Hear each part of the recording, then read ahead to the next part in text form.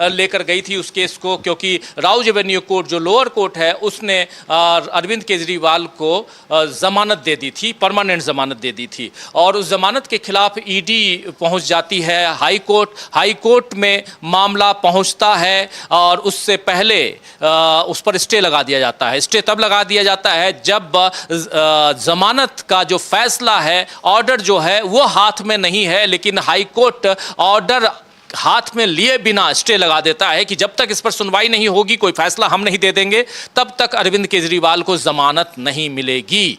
मामला यहां पर थोड़ा सा चौंकाने वाला कहलाता है। जो कानून के जानकार हैं वो कहते हैं कि ऐसा आखिर कैसे हो गया कि कोर्ट के हाथ में ऑर्डर नहीं, फैसला नहीं, और उससे पहले ही कोर्ट ने स्टे लगा दिया। ये सवाल उठने लगे न्यायपालिका को लेकर। न्यायपालिका के ऊपर कई सारे सवाल उठाए जाते रहे हैं, तो ये सवाल भी उठ रहे हैं। इसके बाद 5 घंटे तक शुक्रवार को सुनवाई होती है हाई कोर्ट में।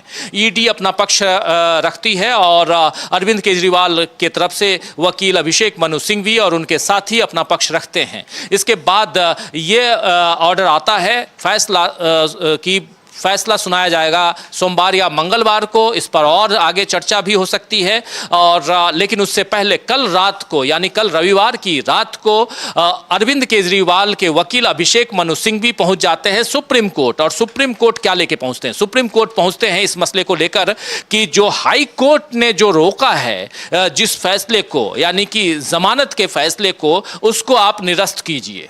अब सुप्रीम कोर्ट में आज सुनवाई होती है। 44वें नंबर पर अरविंद केजरीवाल का केस होता है। जो सुनवाई होती है वो सुनवाई दिलचस्प होती है, छोटी सुनवाई। और उस सुनवाई में सबसे बड़ी चीज ये कि अरविंद केजरीवाल की तरफ से अभिषेक मनु सिंघवी वर्चुअली जुड़ते हैं और ईडी की तरफ से solicitor general Tushar Mehta virtually जुड़ते हैं। और लेकिन एक मजेदार तथ्य यहाँ पे ये आता है कि अभिषेक मनु सिंघवी बोलते हैं कि मिलॉर्ड, हुजूर, माई बाप, जो भी कह लीजिए, जैसे हाई कोर्ट ने बिना फैसला देखे स्टे लगा दिया, वैसे ही आप भी बिना हाई कोर्ट का फैसला आए आप उस स्टे को हटा दीजिए।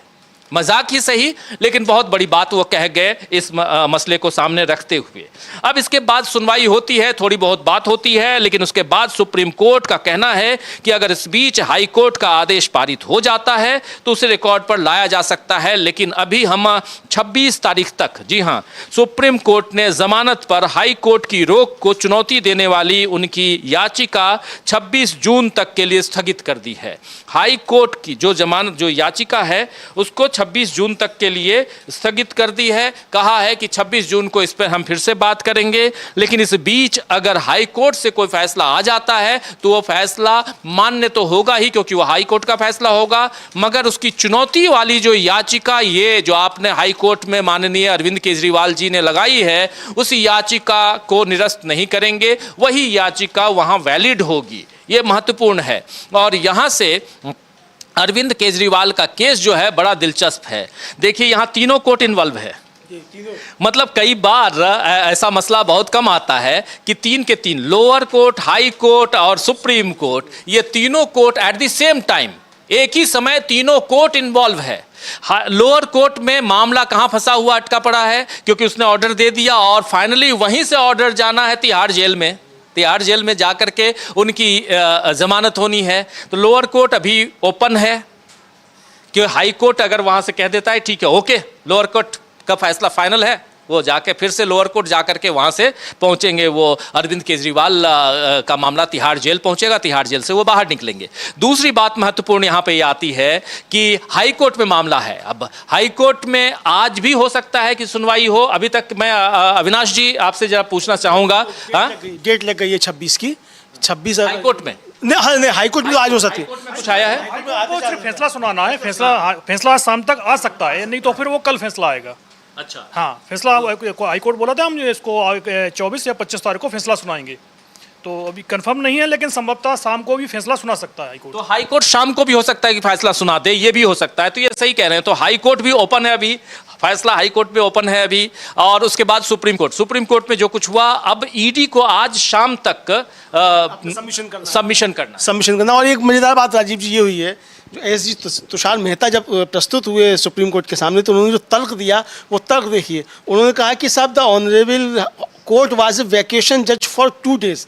To form the satisfaction, the court has to go through the record of the case. The court starts by saying it is a high profile case. The court records in the order who has the time to go through the record of the case.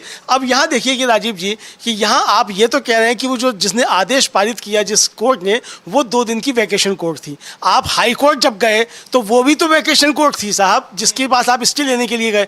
यानी आपको stay अगर चाहिए तो आप vacation court में जा सकते हैं, लेकिन वैकेशन कोर्ट का जो लोअर कोर्ट का जज है वो इस पे आदेश पारित नहीं कर सकता। यानी कहना क्या चाहते हैं? चित भी मेरी, पट भी हाँ, मेरी। सब कुछ आपकी सब मतलब अदालतें जो हैं राजीव जी, मतलब एसजी साहब क्या ये कहना चाहते हैं कि अदालतें अब जो हैं वो ईडी के हिसाब से काम कर रही हैं? ये तो मुझे लगता है कि चाहे यही डायरेक्ट करने की कोशिश कर रहे हैं, बाकी मैं नहीं जानता उनकी मंशा क्या है, लेकिन उनकी इस बात से प्रतिध्वनि जो हो रही है वो ये हो रही है, शायद वो चाहते हैं कि अदालतें जो है उसी तरीके से काम करें जिस तरीके से ईडी चाहती है। राजीव जी जी बिल्कुल, अदालतें उसी हिसाब से काम करें जिस ढंग से ईडी चाहती है। और ये बात यहाँ पर कहीं ना कहीं तुषार मेहता जो सॉलिसिटर जनरल हैं वो कहते हुए नजर आए और उनकी बातों से ये प्रतीत होता है। लेकिन ये सुप्रीम कोर्ट में मामला है और सुप्रीम कोर्ट ने अब 26 तारीख मुकर्रर की है इस मसले के लिए। और इसके साथ साथ अरविंद केजरीवाल का मामला हो सकता है कि आज हाई कोर्ट से इस पर फैसला आ जाए कि उनकी जमानत जो दी गई है लोअर कोर्ट से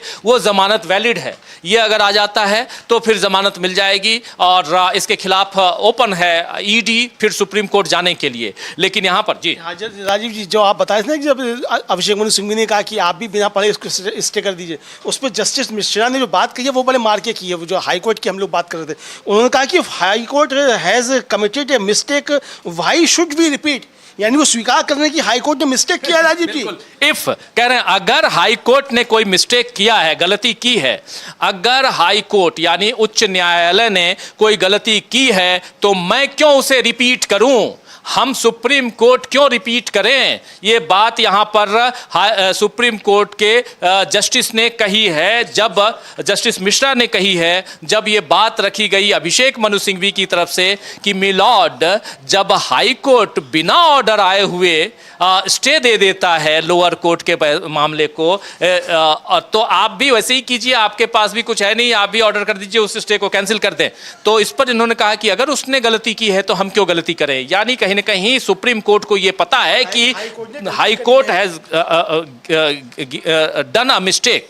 ये साफ साफ दिखाई दे रहा है क्योंकि हाई कोर्ट ने यहां कोई ना कोई गलती की है। ये बात आप बहुत महत्वपूर्ण कह रहे हैं। तो ये मामला अरविंद केजरीवाल के मसले को हम थोड़ा सा यहां उसको डिस्कस इसलिए कर रहे हैं दोस्तों क्योंकि आज ये हाई प्रोफाइल केस भले कहा जा रहा हो लेकिन एक बहुत महत्वपूर्ण केस है और ऐसे केसेस बहुत सारे लोगों के हैं और ऐसे हाई प्रोफाइल केस नज़ीर बनते हैं और इसलिए भी ज़रूरी है। आप जानते हैं कि इस केस में 21 मार्च को अरविंद केजरीवाल को गिरफ्तार किया जाता है। 16 मार्च को इस देश में आचार संहिता लगती है और उसी दिन चुनाव की घोषणा होती है 16 मार्च को। 16 मार्च के बाद 21 मार्च को अरविंद केजरीवाल को गिरफ्तार किया जाता है। अरविंद केजरीवाल को फिर 21 दिनों के लिए छोड़ा जाता है अंतरिम जमानत पर। अरविंद केजरीवाल फिर 2 जून को फिर से सरेंडर करते हैं कोर्ट के आदेश के अनुसार तिहाड़ जेल में सीधे।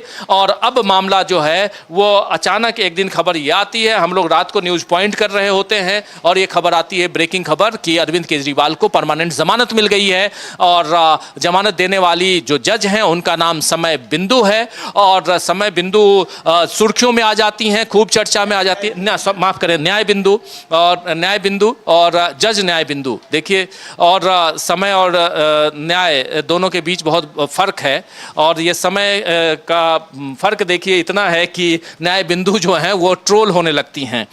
हालांकि हमारे यहाँ भी एक बिंदु हैं और इसलिए बिंदु ज़्यादा याद रहता है, लेकिन न्याय है कि समय है। और समय का फ़र्क देखिए कि इस न्याय बिंदु को ट्रोल किया जाता है उन लोगों की तरफ से जो लोग सत्ता पक्ष के काफ़ी करीब हैं या सत्ता पक्ष के कहें तो एक बड़े बड़े पदों पे बैठे हुए हैं और सबका ट्वीट भी एक ही तरह का दिखाई देता है, सबका ट्वीट भी एक ही तरह का है। तो खैर ये मामला यहाँ तक पहुँचता है, आप सब इस कहानी को जानते हैं, यहाँ ज़्यादा कुछ दोहराने की ज़रूरत नहीं है, लेकिन महत्वपूर्ण है ये कहानी और इसीलिए यहाँ हम इस मसले को यहाँ रख रहे थे। तो अरविंद केजरीवाल का मामला अब 26 तारीख तक के लिए सिमट जा चुका है। अब क्या है, संसद में 2 खबरें हैं। पहला तो संसद